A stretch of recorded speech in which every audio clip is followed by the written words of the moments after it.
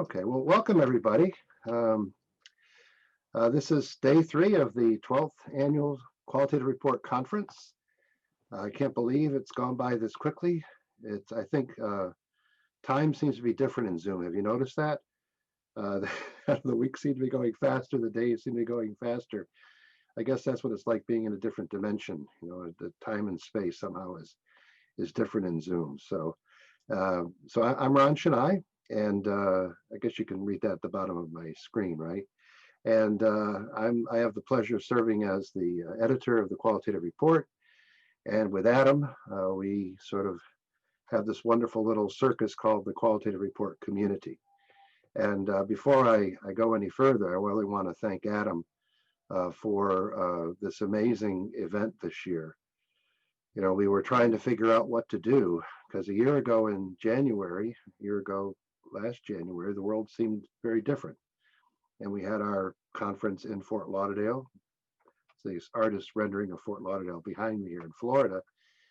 And then the world seemed to change. It was changing in January, and we were maybe not all that aware of what was going on, but certainly by March and then April and May and June, it certainly became something that was very, very different. And so we were wondering, well, what would happen to the journal? What would happen to the conference? What would happen to our community?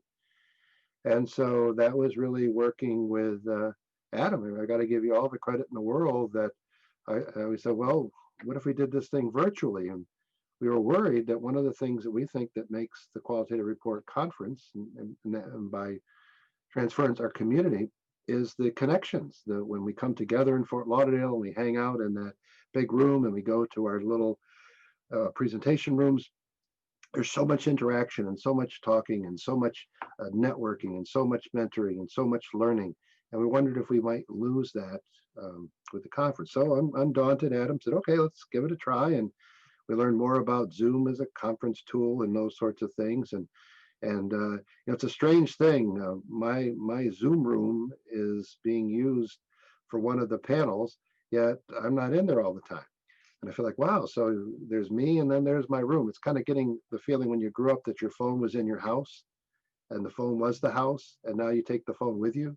It's a kind of a strange thing that plays in your mind as far as looking at the world slightly differently.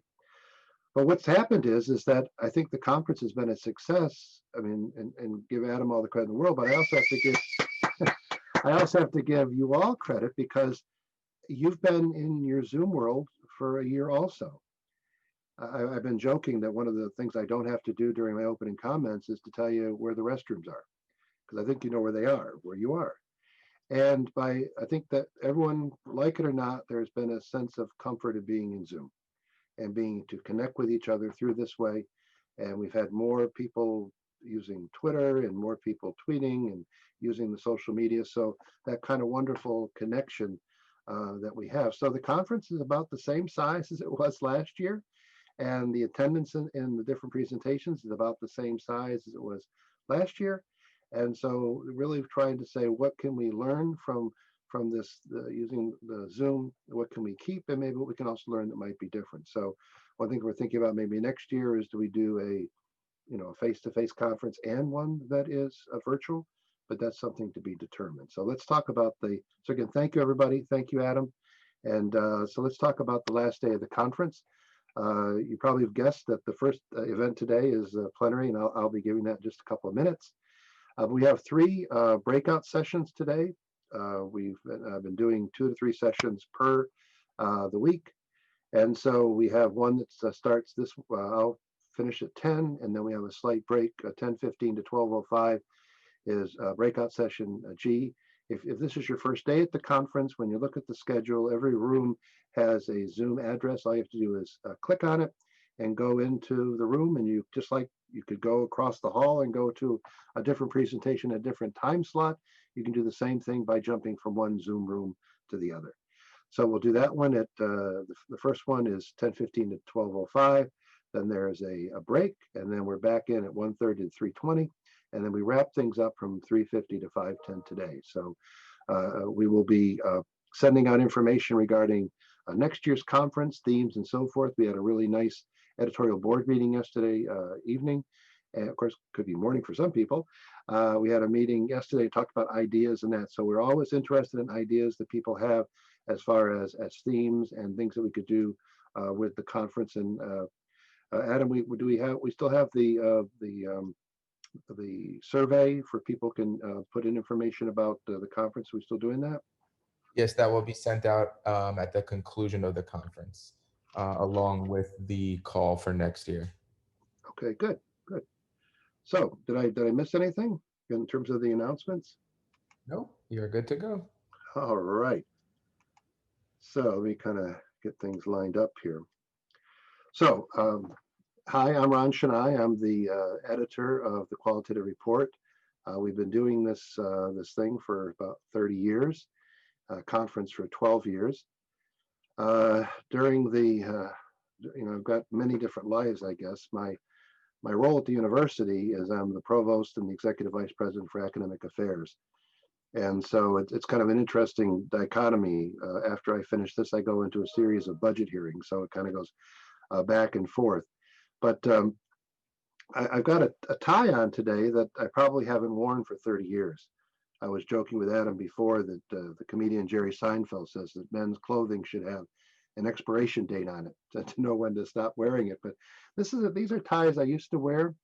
They were put out by a group called Save the Children. And this tie was designed by a young kid. And the name of it is Universal Music. And so whenever I'm teaching, I try to wear a tie that speaks to what I feel is the most important gathering that I have for that day, and that is you all. And talking about a community and talking about universal, even though this is not words and text and some images, but the notion of universal music and what does it mean for all of us to play together. So I want to talk to you about, kind of switch over here and switch to my screen. There we go. Okay. So Adam, can you see that okay? Yep. Okay, good. So the title of the presentation today is the Qualitative Report, 30 Years and Counting as a Learning Community. And so want to talk a little bit about where we've been, but also given the themes of with Venus on day one and Cockley on day two, to sort of talk to us about not only who we are, but maybe who we aren't and who we could be, and the idea that it's good to be a critical reflection and to invite that also in terms of what you're doing, because there's always things that you're not doing, and what you're communicating, what you're not saying, speaks volumes. Gregory Bates, and the anthropologist, said the phone call not made is a message. And so what we see in the journal and what we don't see in the journal is an important thing for us to question. And it certainly as qualitative researchers, and for many of us as critical qualitative researchers, that is probably never more important than today. Oops. So they kind of see the image here and the words and so forth. And so as a learning community, we really feel it's important that our role in connecting to readers and researchers around the world, and I think we've been pretty successful with that through the course of our history. Part of our strategy for doing that is the idea that we're open access, and that can mean many things. You can go and look at any one of our papers and you can read the agreement under the Creative Commons in terms of the access for people to read what we produce, that authors can submit their articles and so forth. And so the feeling has always been, and when Qualitative Report was started 30 years ago, that the feeling was that there were not a lot of outlets for people to submit their work, let alone get mentoring, feedback, consultation on that work. Sometimes people were maybe the only qualitative researcher in their local community, and they were fortunate to be able to read some books or to have a teacher. And then in many ways, the courage to submit, you may not think of that way, but to submit a paper to a journal which may never have published a qualitative research article before. It may not even understand it, or maybe worse yet, saying, well, this is really research. And whatever kind of qualitative research you do, probably somewhere along the line, someone has raised that as a concern. So Qualitative Report was created as a way to, I won't call it a safe haven, but a place that says, look, here's qualitative research. I remember the first time I went to the Quake conference up at the University of Georgia many years ago, And I almost got whiplash because I was, walking the halls, going from one meeting to the other and hearing qualitative research, ethnography. I was hearing words that were not common in the halls of where I got, my doctoral work. And to be in a community where everybody talked that way, it was really was quite enriching and quite supporting in that process. So that was kind of the origins of the qualitative report, was that we felt that qualitative research was important and we wanted to give an outlet for that. So we, a typical day at the qualitative report is, 1900. I don't know. I didn't check the numbers today, Adam, but sometimes we get up to 3,000, and they're downloaded all over the world.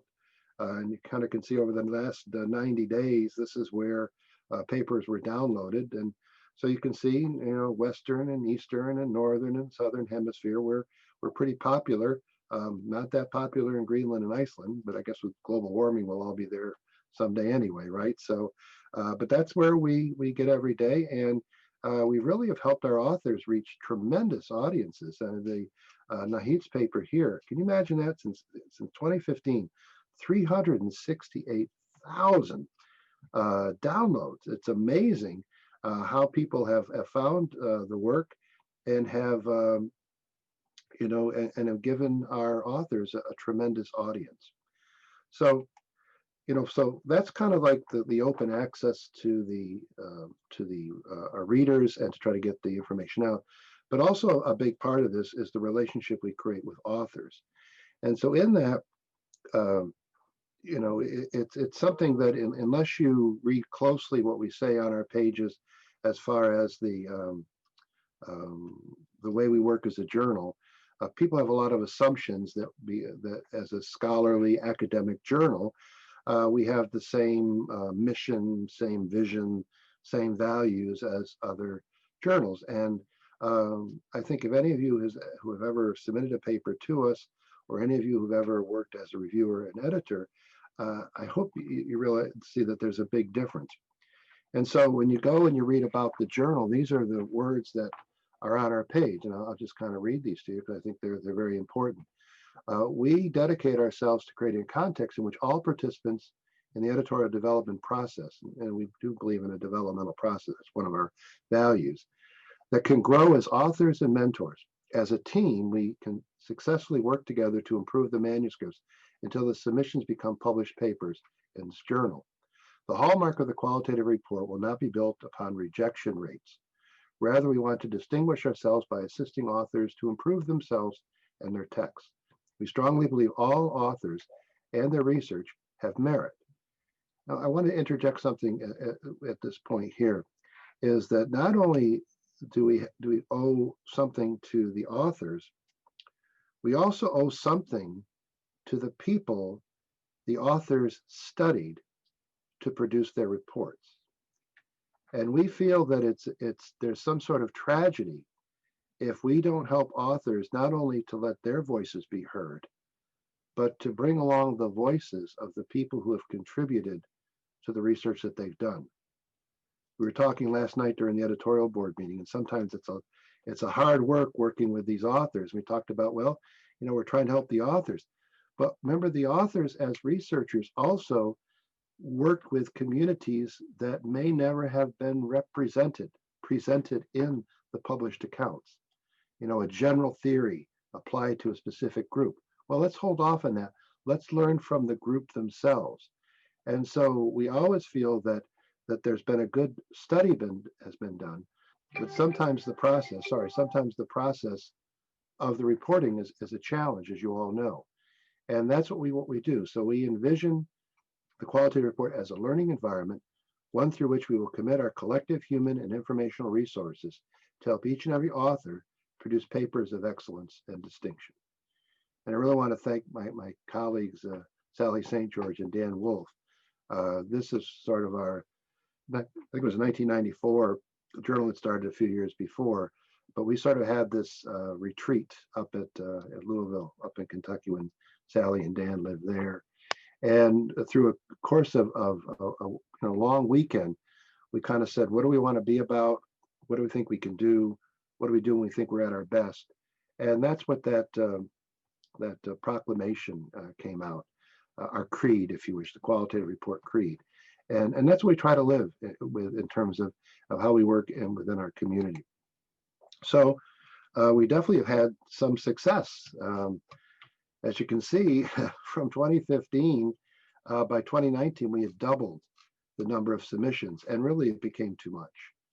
And so we had become so popular and publishing 200 papers a year that we went on hiatus this year. So we had regular submissions from January and February, and between those 2 months alone, we had over 150 submissions. So we were well on the way of I don't know, maybe breaking 1,000 for the year. And so we took a break and we kind of reevaluated what we were doing and tried to work through our backlog. And so we had what we call our soft opening in October and December. And now we're going again here in January. And here we are, the 14th of January, and we already have 25 submissions. So we'll see how that goes. But we can definitely see that I think we've hit a I'd say strike a nerve, but I think we're providing a need out there. And so not only is there that many papers, but it's amazing every year. And for 30 years, it seems there's 5 more countries and 5 more countries that we get and publish a paper by authors from another country. So 90 countries, and we're going like, wow, look at all the countries that we have, and 90 seems like a big number, right? Well, and even though people are from maybe from the United States or Australia or whatever, you can read about where maybe their country of origin or where they've come from, so forth. So really, it's much broader from 90. But I was thinking, well, geez, how many countries are in the world? And the last time they had the Olympics, the Summer Olympics, do you know how many countries and territories were represented there? So we're up to 90. The Olympics have over 200. So there are a lot of countries from which we've never received a paper. And so that kind of got me thinking about that. Why is that? Why do we not get papers from more countries? I would hope that qualitative research is practiced and taught. It may not be a proper assumption, because we still get papers today where the author will say that this was the first such study at my institution, or this was the first such study in my group. So I definitely know that that's happening. But I also wonder why, so we know we're getting lots of papers. We know we're publishing lots of papers. We know we're getting from many countries. But is there something that maybe is somehow restricting or making that why we're not having more? So if you've studied and looked at academic publishing, whether it's or publishing in general, or in academic publishing, English is the dominant language. And certainly everything that you see on the qualitative report is all in English, even though we do publish papers in other languages. And we do have resources that we feature on our page from other languages, other countries. It's the dominant language. A great article in International Higher Education, the imperial tongue, English as the dominating academic language. And in Nature, when English is not your mother tongue, 7 researchers discuss the challenge posed by science's embrace of one global language. Now, it changes. If you were to go back before World War II, probably you would say in science, German might have been the dominant language. And some of you may be old enough when you earned your doctorate degree, is that it was also usually required that you had to show that that you could speak another and read another language, because a lot of the research in your area wouldn't necessarily be in English. It could be, for example, in German. And you don't see that too much anymore. But since World War II, English has been a dominant, and there's many reasons for that, economic reasons, colonial reasons, things like that. Excuse me, but that's where it's happened. And you also see trends in some countries where a faculty member cannot receive tenure, not be promoted, unless they've published in English language. And so you can kind of see that there's a bit of a factor here. So if more things are published in English and more people are writing in English, you're going to have a tendency to get higher citations if your language and you're in English, and so forth and so on. But these are 2 quotes from that Nature article, but there is at a cost. And Tatsuya Amano from Queensland talks about we need to embrace linguistic diversity and to make a concerted effort to dig up scientific knowledge in languages other than English. As qualitative researchers, the N of one is very important. And when you're trying to learn what is known about a particular topic, it may be what's known, but as long as it's published in English. And given the diversity of who we study, it would seem to behoove ourselves to be more aware of that. And I can remember many reviews I've seen in not only in this journal but others, when a paper is from a country outside of the country of the reviewer, often there's the lament or the direction saying, well, why aren't you citing more of the stuff that I know? And I've never seen reviewers otherwise saying, why aren't you citing stuff from other countries, other languages? There's a bit of a bias we have as far as our languages. Vera Sheridan from Dublin City University wrote, it takes a partnership. English speakers have become the gatekeepers of science.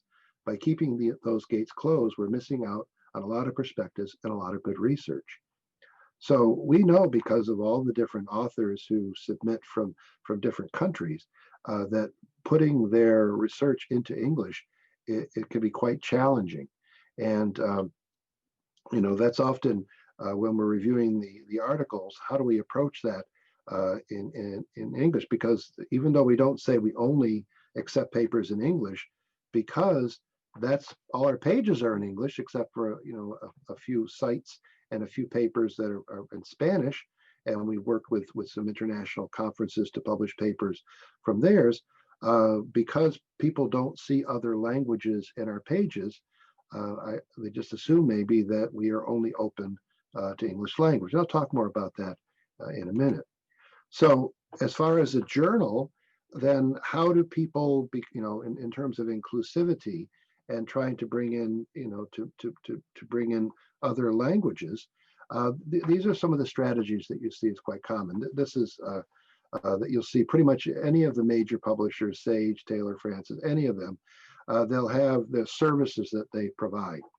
And so one style, even though the journal called monolingual, the journal is all published in one language, the way for inclusivity there is that they will provide services to help people in terms of, as I say, perfecting your manuscript spelling, grammar, sentence structure, flow, and clarity. Those are all good, but they do have a way of changing and shaping the form of the of the text. Even the choice of using the American Psychological Association's style manual, that also shapes the text. As Gadamer says, the field shapes the play. And so these, English shapes it one way, the APA another way, qualitative research is another way, and all those factors contribute to what the final report is. And of course, the other option is, it's amazing how things have changed now, how quickly through voice recognition and translation and so forth, the click of a button and it's translated. So don't get lost in translation. Our comprehensive 4-step translation service will help you submit your paper to international journals with complete confidence. So in this case, you could submit your paper in the language of your native tongue, what your first language or the language you feel most comfortable in writing, and then these journals will translate it for you. So there are ways that you can do it. So you can write it in your home language, and then you could submit it, and then there's, I guess, a bit back of and forth, and then it's translated, but it's put into the currency, the language of that journal. So it's a fascinating process. So that's one strategy that you see in journals of how they do it. Another strategy, our colleagues over in Germany at FQS, they're a bilingual strategy. And they can incorporate all the things we just talked about, but they make it very clear that you can submit your paper in German and you can or submit it in English. And there are many qualitative research journals. You see them in Canada, you see them in France, you see them in Portugal. I'm more familiar with the journals that are in North and South America and Europe, a little bit in the Middle East. I'm not as familiar with India and China and the rest of Asia. But I do see that there are these kinds of strategies. And I found a journal as I was looking for the report that actually trilingual. I love the name, e-journal. Remember from the South, e-journal, but I know I'm just kidding. It's the Euro-American Journal of Applied Linguistics and Language. That's where they get the ALL. But I like the notion of all because here, and you notice the language here, if you want to submit in Spanish, if you want to submit in English, or Italiano. So there, they're showing that these are all different kinds of languages. And there was a movie many years ago called the Blues Brothers. And so they're a group, in the movie, they're a group of art, rhythm, and blues from Chicago, the home of the blues, one of the homes of the blues. And they end up playing in this bar, and they go in there and they're wondering if their kind of music would be appreciated there. And the owner says, yeah, we play all kinds of music here, country and Western. So no matter how inclusive you think you are, there's always something maybe that could be included that is quite maybe outside of the parameters that you think about inclusivity. And certainly that is true with languages.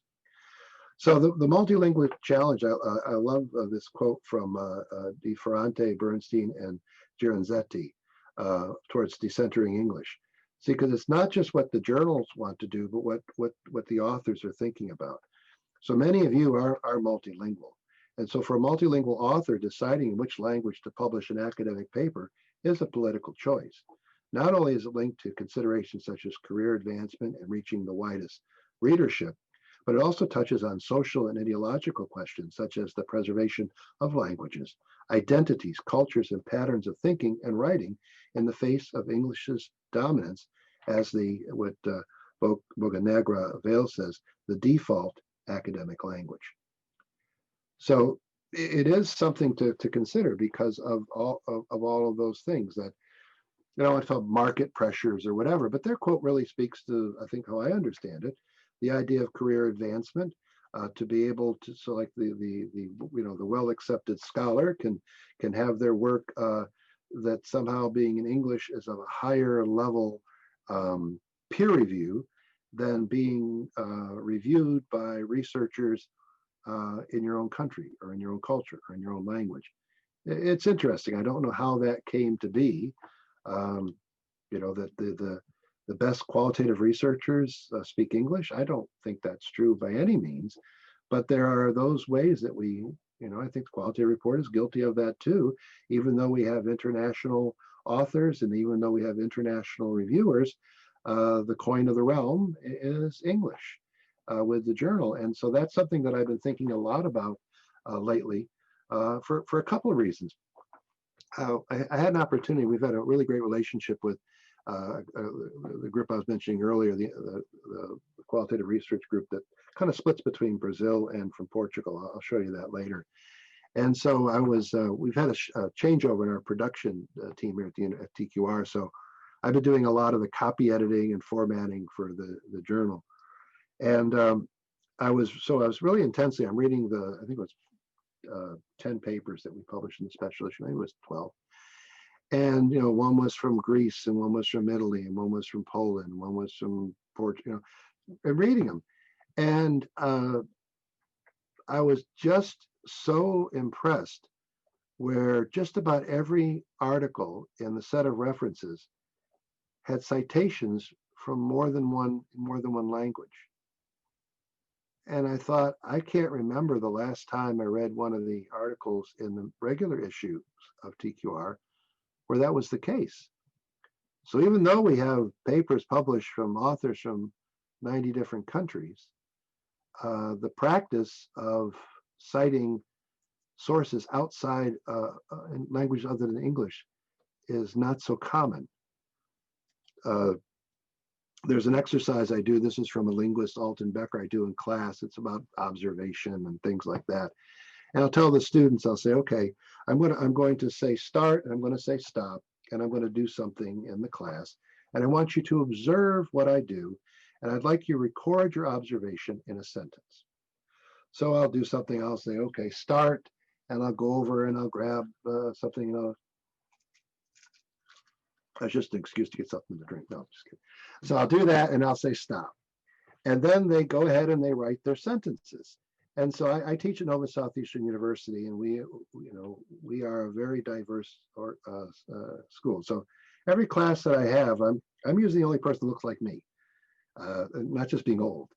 And so I know that they speak many, many languages, but no one ever writes the sentence in a language other than English. I don't say that the language has to be written in English, but my directions were in English, my syllabus is in English, the books are in English, even though they may have been written by somebody from another country. And all of those factors can shape what then is communicated, right? Now, I'll ask them, I said, did anybody think about that? And some said, well, I first thought about it in Spanish, and then I translated it into English, the dual, consciousness, the idea of always having to code switch and that kind of process. And I would imagine, I've talked to you all that write and read and speak in different languages. I mean, how that works in terms of being bilingual, trilingual, multilingual, and then how that writing goes and how that you then translate it or transpose that in there. But those are all factors that someone like myself who comes from, you see, obviously English is from a dominant perspective, and I'm born speaking English and all those sorts of things and grew up in that, that I don't think about that. And that's part of privilege, is that you're not called into question, because those are the things that it's just accepted. That I am Ron and I speak English and I write English. And even though I've had papers published in German and in Spanish, they were translated by somebody else. I didn't write them in Spanish. I didn't write them in Spanish. They were translated for me. So I find it very interesting, and an interesting challenge is that as a journal editor and as a community and a learning community, how do we approach this subject? Well, as I said before, the two general strategies you see is kind of one is a nurturing one, and in the nurturing one, you kind of meet the authors where they are. And so for a lot of folks, the nurturing is kind of to nurture them into English, and whether you have editors and so forth. Versus that if it's an English language author first, and the nurturing is different. It's how to be a better qualitative researcher, reporter, and how to do those kind of things. So if you're going to have a strategy with multicultural strategies, you have to be aware of the language differences. And Marty Snyder, who's on in the group today, was doing a review last night. And it's very interesting when we get papers from the Middle East that everything is, even though it's all in English, it's all over to the right side. It's right justified rather than left justified. So when we put our comments in TQR, we put our comments in using Microsoft Word in the margins. They're right justified. And even though, and so the language of the document is different than the language that appears in the pages of the document. So it's kind of a fascinating thing. So there's lots of factors if you're going to then accept and work with authors in their primary language. How is that going to be how are you going to nurture that? And then obviously the other one is that you can translate and do it in that language and then hit the button and then translate it into another language. And anybody who's done translation, that is, as people like to say, something is always lost in translation, or something is always changed in translation. So although we're always translating in many ways, but what does that do for the author, and what does that do for the people who were interviewed, the people who were observed, the people whose artifacts become part of the report? And certainly that's something that we see all the time. We publish papers, and you can see the interviews, and you can see it in the original language and then translate it into English. That's usually part, and certainly a question that comes up when we're looking at the method. How is that done? And so it's almost the same thing too, is how then is this report been produced? It just raises lots of questions about how does one actually try to manage this process. So that's the question. How can TQR become a more inclusive community? And so, we have open this and open that. Do we become an open language journal? I think that's quite challenging. I'm sort of up to the challenge, But I think that's something that I need to consult with you all, talk with you all, and to kind of see how that works, because it is a challenging proposition. So each year we publish like 200 papers, but in 2020 we published 4 Spanish language articles. And in the past, what was typically done is we've got really maybe a handful of reviewers who Spanish is their first language, and we then do the review that way. But what I've started to do is I've started to be a reviewer too, not just the editor, on these papers. And it was really out of necessity. I can't remember which of these 4, but it was a difficulty being to get reviewers. I just showed you, we get a lot of papers, and the people whose Spanish is their first language, they review other papers in English. So we were having trouble getting a reviewer. So I said, okay, let me try it. And so what I did was that I went, I don't know if you've ever used this before, but in Microsoft Word, and I think in most of the Microsoft tools, there is a translate feature. So I always translate the title and the abstract when I'm looking at the paper in the first. I kind of look through it, and I will read the paper that way. But I never had sat down as the editor and then trying to work in another language. So I have 2 monitors here in my office. So I have the paper in Spanish on one side and the paper in English on the other. And the good thing about qualitative research and research reports, there is a basic form that they all both have, it's abstracts and titles, and generally some sort of introduction and a review of some sort of literature, and then a methodological discussion, and then the presentation of results. And usually in qualitative research, you see, the quality identified and described, and then some data, the data that was analyzed, and then an explanation of how the data represents the qualities that the author is suggesting. So you usually kind of see that, there's the big paragraph, and then the little paragraph, and then the big paragraph. So you see that, and then there's something at the end that's called a discussion or a conclusion, and then you have references, and you have tables and figures. So regardless of the characters that they're using, the alphabet or that, you could probably recognize it as being a research article just by looking at the basic form. You could put it up on your screen and make everything look small enough so you could look at maybe 3 or 4 pages at a time, and it looks like a qualitative research article. And so I started with that, and then put up the paper and went back and forth. And so the first one that I did, I would write my comment in English, and then I would translate it to Spanish. I sent it to one of our reviewers, who I knew her dissertation was about translation too. So I sent it to her, and I said, what do you think? And so we went back and forth and talked about a few things in that. But ultimately, I got a good grade. She said, you did a really nice job with that. And so I explained to the authors, that's what I did, and sent it to them. And we just had a wonderful time going back and forth doing our translation thing.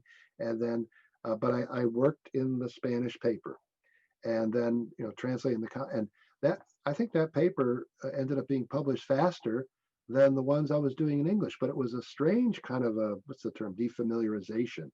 I'm in something that I recognized, but I was in it differently.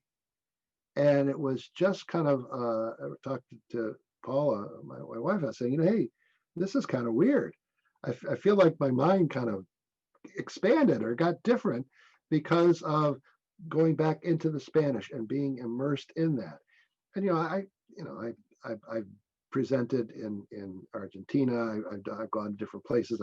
I've worked with translators, and eventually, if you've been there a few days, you start. I joked I could say "una coca-cola, por favor," or things like that. But eventually, I definitely get to know what the nouns are, and being able to go back and forth. and then playing with the different words and how they're translated. I know there's different Spanishes between, in Spain or different parts of Cuba, or just come to South Florida, and you hear a whole different kind of Spanish spoken here. But I know there are those, what we would call localization, and those differences. But I thought, and in talking with my collaborators, the authors, I think we started to come to understand, I think like with a paper that was written in English, I think, to understand what they were trying to convey.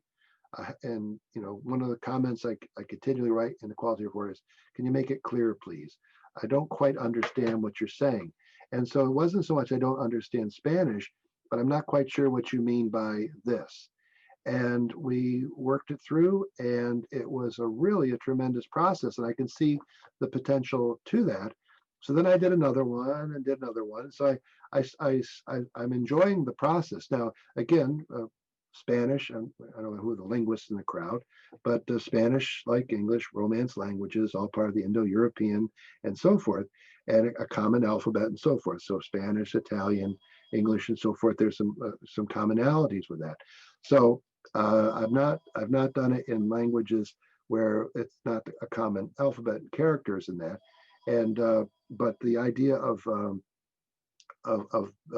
having the courage to be able to start connecting in that way, I think I'm ready to do it. Now, am I ready to get 200 papers in languages other than English? I'm not sure about that, but that's something that I'm very much interested in exploring, as not only as a person, but also as a journal and as a community, including presentations at the conference too. We don't say that a lot of conferences that says the conference languages, fill in the blank. We don't say that, but again, because everything is written in English, we get abstracts and we get presentations that are in English. And I think that's something else we need to consider with the conference. So there are lots of qualitative research journals in languages. I don't know if you're familiar with any of these here up on the board, but there's quite a few. German and French and Portuguese and Spanish, Turkish. I mean, you have quite a few that are out there. So it's not like that there is a shortage of people to send their papers to in some of these other languages. And I'm not going to tell you that there is a qualitative research journal for every language in the world. That's certainly not the case. But there are quite a few, and they certainly are growing. And so one of the things that I learned through this process was that we have a resource that is I'll show you in a sec, that is a qualitative research journals, and so looking at there, 99% of the list were English, and so Germans, the one we just talked about earlier, I was familiar with, but I've been playing with, if I have some time, I take qualitative research and I translate it to another language, and off I go through Google and see if I can find journals that are published in other languages. And so that's a process that I've been doing. So one of my concerns is that if we then, TQR says, hey, come one, come all, I don't want to somehow be an adversive action to these other journals, that all of a sudden, TQR is open to all languages and those sorts of things. We're cited in a lot of good indexes. We're in the process. We're being reviewed by the Social Science Citation Index, which is, give us impact factors and all that kind of stuff. So there's definitely things that we want to continually improve, like say value added to authors. And as I read to you before, I think we have a different philosophy with how we work with authors. I don't want it to be that all of a sudden we become this, Facebook kind of thing, that all of a sudden we're dominating the world, and then those remember we have those other political factors of being published in other journals. I want to proceed with caution and a degree of care, because those are things that we need to think about as a journal, and not just our own little community, but how we're part of a larger international worldwide community. So as I said, we have, this is a resource that we have. This is the Qualitative Reports a social page. This is a page that Adam manages. And so we have lots of information that you can get. This is about our TQR journal, about the conference and so forth. But over here, when you click on the resources, there's a bunch of resources. One of them is the Qualitative Report Guide to Qualitative Research Journals. We probably have, I don't know, 50, 60, 70 journals that are listed there. And so what I'm in the process of doing is adding journals in other languages. Now, again, too, part of it is that, and there's a thing saying, please let us know. But if I only search for qualitative research in English, that's all I was going to find. And so I'm, you might say, duh, Ron, search in other languages, then you'll find journals in other languages. But that's part of being in a privileged stance, is that you don't think about that. You think about that your way of seeing the world and your language is the language, and that is good. And you say, well, yeah, but 90% of it's in English. Well, our whole thing is about what's happening in the margins as qualitative researchers, helping people have a voice that have not been heard before. And 10% of the world is pretty big as far as I know. I'm not a demographer, but I think that's a lot of people in that 10%. And also of that 90%, we are, and I'll use the word forcing, to write in English. And I don't think that's quite right, even though I can understand the economics of publishing in English and the citations and the pressures that you have for promotion and so forth. But there's also changes that can be made at universities and being made in terms of the promotion process. So this is a much larger conversation than just this, but I do recognize that you're in communities and there are norms and cultures and procedures and practices and so forth there too. So again, what we try to do is to make the qualitative report as a valuable investment of your time and effort and your knowledge and the information that you gathered from others. So this year we now have DOI numbers. You can put in your ORCID ID numbers. We keep adding those things. Our big effort is, as I said earlier, the Social Science Citation Index. Well, we've been under review there. I checked this morning. I don't know, in that index they have 3,000 journals. 9 of them have qualitative in their title. So given all the journals that have, and they're all published by we're an independent, and all the other ones that in there are published by big, whatever the last 5 publishers are. So there is an advantage to be published by Sage and Taylor Francis and so forth. We are not. We're not an Elsevier. We are independent. And so that's a factor that we have to overcome. But in our independence, we have the ability to shape our editorial process, our philosophy, those sorts of things. So that's kind of what we're dealing with, and the things that we're looking at as far as the journal is concerned. So also too, if you use I use Google a lot. In any page, either Google will start translating it for you, or you just right click and it will ask you to translate. So here's one of the articles that's in Spanish.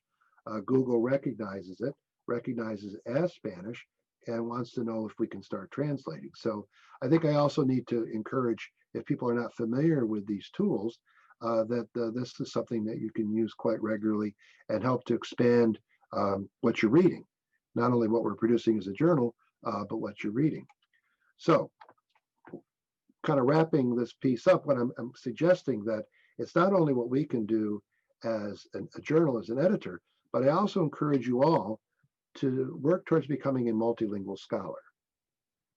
Like the folks I was saying earlier, that a common practice to go outside their native tongue, because the desire to learn what has known and not known about a topic, to develop your gap, the gaps that if you're articulating what's missing from the literature, you may be missing a lot of literature when it comes to defining that gap. I mean, that's kind of the realization that I'm coming to appreciate.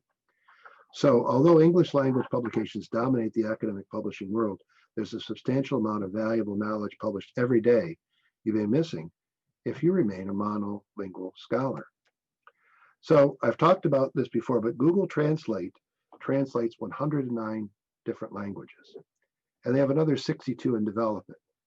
And what's fascinating about Google is that, this is all artificial intelligence stuff. It's trying to recognize what's on the pages. The difference between Google Translate and Microsoft Translator, I'll show you in a second, is in Microsoft Translator, you have to tell it what the language is and what you want to translate it in. In Google, because you have a Google account, it knows who you are and what you read and where you go. They know where you've been. And so Google will start translating it itself. Now, I've noticed when I've been, looking in Japanese or Cantonese, sometimes I think it's Japanese, but the Google thinks it's in another language. So maybe that's just my own limitations. But it's fascinating how Google does that.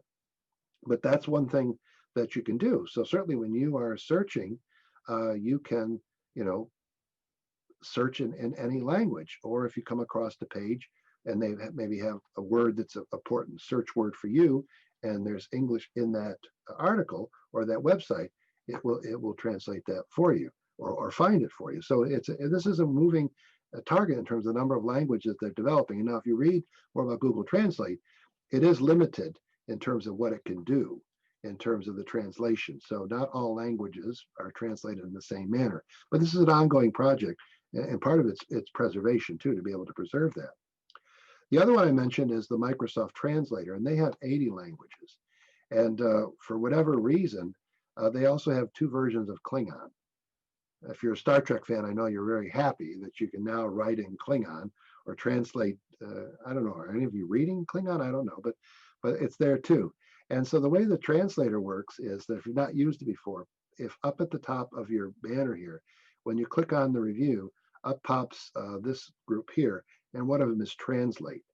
And so it can translate a specific section that you've highlighted in your paper, or you can translate the whole document. And that's what I was doing when I was doing my reviews. I would review, turn the whole document into an English version. So I would work in there. And then when I would put my comments in, I would then translate my comments from English into Spanish and then go back into the other paper. So I went back and forth. And then what I was also doing was then I would retranslate it. I would translate what I put into Spanish back into English and see if anything was lost in the translation. So kind of a back and forth process. And a lot of if you remember earlier, we saw that button about the translation from the journal. They talk about a 4-step, and that's pretty much you take the original, you translate it back, and you see whether or not it's still conveying the same message. So the steps are pretty simple. So I wrote Qualitative Research Journal, and then I clicked on the translate. And then I wanted to translate it into Bulgarian. For all of you Bulgarians, I hope it's a good translation. Let me know if it's not. And so that's going back and forth with that. So then I took the Bulgarian phrase here, and then I went over to Google and I popped it in, and I started to get, things from Qualitative there. And then in Google, you can click on this link, and then it will then go to the new page, but it will go to the new page and translate what it can.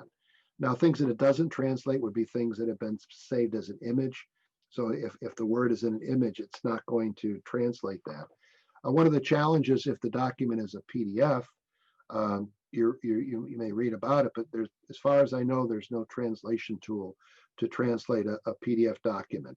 So what you have to do, if you're familiar with this, is that if you have the Adobe software, because a lot of times what you do now is you get the Adobe document and it's read through your browser, but you have to download it, and then within Adobe you can change the Adobe if the document was created, if it was distilled, which means someone originally had a Word document and put it into an Adobe PDF document, then it can be put back into a Word document. If someone just scanned it, you can't do it that way. But most PDF documents are now distilled. So if it was distilled from Microsoft Word into PDF, you can restill it. I don't know if that's the right word. See, I'm not that good with English either. So you put it back into it, and then you can translate it using Microsoft Translator. So you really can, there's really no excuse for you not to be able to be more multilingual in your work. So one of my hopes is that as authors, and we encourage that, I'm not going to legislate it because I don't want to, be of that, but encouraging people to expand their horizons outside of their normal search strategies. And certainly, your librarians are rock stars when it comes to this, and maybe there's other tools that out there that I'm not aware of that makes this even easier. Maybe this appears rather clunky to it, but I've been able to expand my horizons a bit, but by using the two simple tools, Google Translator and Microsoft Translate. So it is interesting, but there's not a direct correlation. There are some languages in Google Translate that's not in Microsoft and vice versa. So it's still not lined up that way. So what I'm encouraging you to do is to think about your paper as a multilingual community, and to think about how that you can be, to bring all that together in your paper. And so, my friend Sally St. George likes to say, and this is the dreaded exclamation, or the dreaded question we all hate to hear. So what, right? It's a great idea, but so what, right? So why does this all matter? And more specifically, why should it matter to us as qualitative researchers? Because the presentation what I've given before could be presented anywhere. This is about academic publishing and could be presented here or there.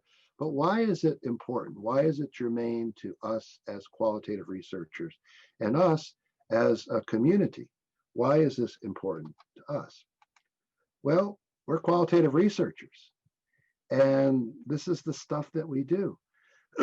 I would suggest to you it would be unnatural not to explore other languages, right? When we say naturalistic inquiry, it's like the New York Times, all that's news that fit, but all the news that fits. So as long as it fits within our language. So I think it would be, as I say, unnaturalistic to not be curious beyond your own language if you're interested of what is known and what is not known. So as qualitative researchers, we are curious.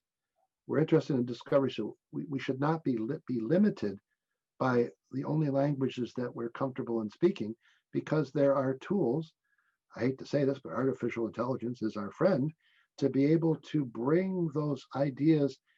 In many ways, I look at these papers now that are just monolingual as almost being impoverished. It's limited to just there is more language out there, and you can do that.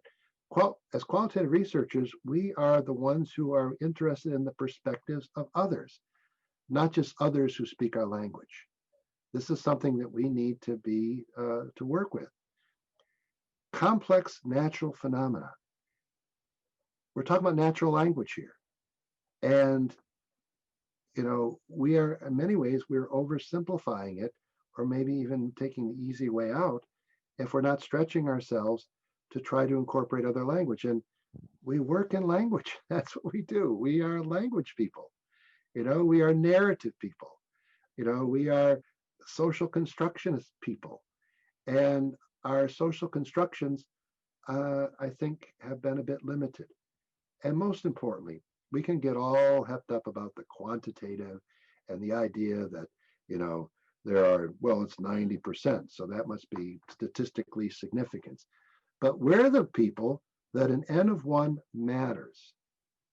And if there's that one article in Bulgarian that's about the topic that I'm interested in, or let them know if you're working in terms of looking at culture and groups, and so are you not reading what was done in their home country about where we're so limited, but that's what language can do for us. And so I'm okay with the Tower of Babel. I think that's okay, right? I think what so English has almost become godlike, or if I was to say New England, godlike, in that becomes the language, right? There was one language, and then it was all put into the the tower. They're building this tower and so forth and that. And so I'm okay with all the languages. It's not going to be a detriment unless we make it be a detriment. And we can do that. And you can learn all the languages you want, and life is short. There are ways that you can become multilingual in a very short notice. So what I look at as far as when you're producing your article, right? So what for the journal? I look at qualitative research, and Cheryl, I read your post earlier today about the way you look at papers too, and I like what you wrote. I look at all qualitative research reports as really the reports of 3 conversations and how well they're put together. So the first conversation is you with others in terms of what has been known and not known about the topic. And then you realize, oh, there is a gap. I used to tell my students, go until no, go until I don't know. And then you go off and you talk to people, you observe people, you collect things from people, and you're in conversation with your data. And then you produce what you want to call them, results or findings or pronouncements. So you had your opening conversation, and now you have your conversation with your data. And then in the discussion, you discuss these to have a third conversation. And the third conversation is now what, this is what we knew, this is what we now have learned. So what do we now know and not know? And that becomes the discussion. Found it here, found it there, found it here, didn't find it there, found it here, didn't find, or they were different. And then in terms of that, then the wisdom comes in. So given what we think we know now, where do we go from here? And so this conversation should be rich, and it can be enriched by more languages, and it could be overwhelming, but if I could do it, I think you can do it too. So in the qualitative report, language matters in a community built around qualitative reports. And I think that's what makes our community better. That's what makes qualitative research better. And 30 years ago, that's why we started the journal. This was the idea is that we wanted to improve qualitative research the way it's written and the way it's published. And so for the next 30 years, I think language is something that we need to be more aware of. And whether it's you as an author or whether it's us as a journal, what are the ways that we can improve the way we report, the way we create our qualitative research and the way we report it. So please see this as an invitation and as an encouragement to be able to think about, as a learning community, how we are able then to expand our horizons and to be more inclusive than what we've been in our first 30 years. So I thank you.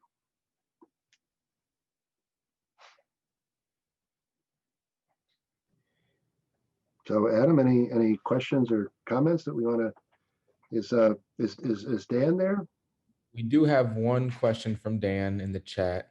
Could you bring Dan in? Sure.